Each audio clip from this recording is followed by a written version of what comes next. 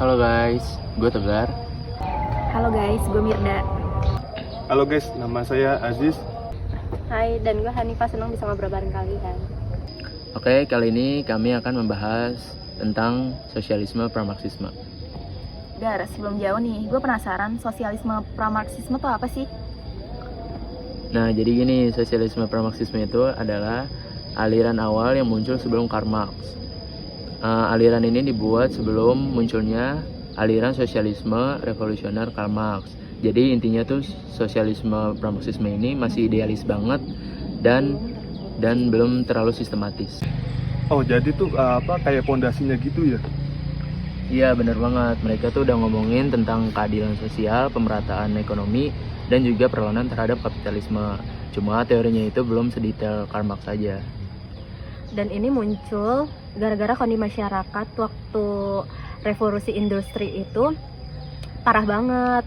Kayak buruh itu kerja seharian tapi upahnya kecil, sedangkan bos-bos pabrik hidup enak. Ngomongin soal tokoh, siapa sih yang terkenal di masa pramarxisme ini?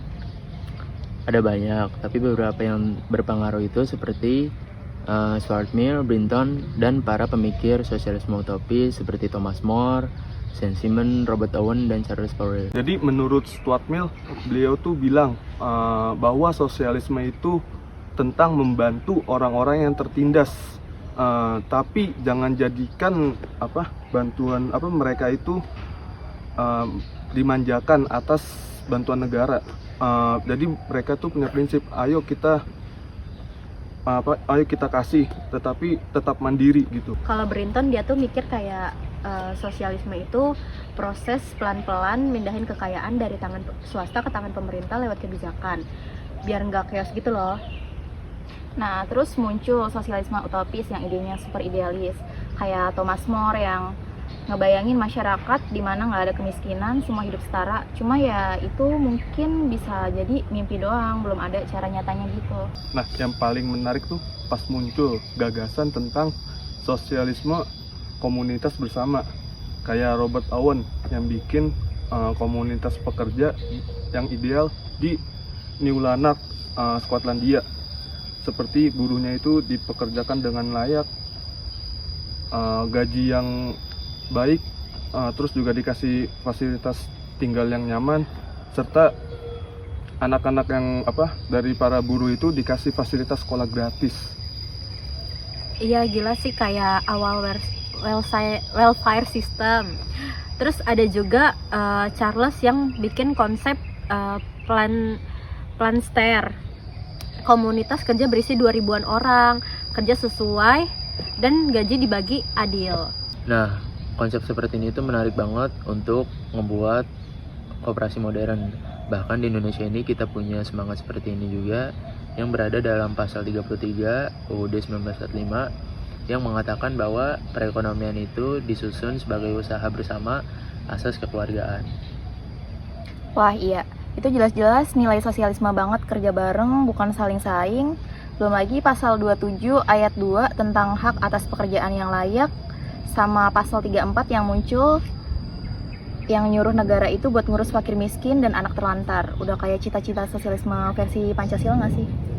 Kalau dipikir-pikir ya, ide sosialisme pramarxisme itu masih relevan banget. Sekarang aja masih banyak orang-orang yang ekonominya itu susah banget, yang kaya makin kaya, yang susah makin susah. Bener, cuma tuh sekarang bedanya udah nggak kayak perang kelas seperti zaman dahulu, cuma lebih ke kesenjangan sosial dan akses ekonomi. Nah, makanya penting banget untuk kita sadar tentang dasar-dasar seperti ini biar kita nggak salah tafsir soal anti kapitalisme atau sosialisme itu jahat. Padahal esensi aslinya itu untuk kemanusiaan dan pemerataan kesejahteraan. Dan kayak yang dibilang di Pancasila juga, sila kelima, keadilan sosial bagi seluruh rakyat Indonesia. Itu kan sebenarnya nilai sosialisme juga, cuman lebih humanis aja. Nah, intinya sosialisme pramarxisme itu adalah pondasi awal munculnya sosialisme modern. Walaupun banyak yang utopis, tetapi idenya itu bagus, ingin dunia yang lebih adil untuk semua orang. Dan dari situ kita belajar kalau perubahan sosial itu nggak bisa secara instan, tapi harus dimulai dulu dari kesadaran masyarakatnya terlebih dahulu. Semoga obrolan kita pada hari ini bisa bikin kita tuh paham dan mikir bahwa ide-ide lama nih bisa banget nyambung dengan realitas sekarang. Oke guys, segitu dulu dari kita. Makasih udah dengerin, jangan lupa follow dan like. Bye-bye.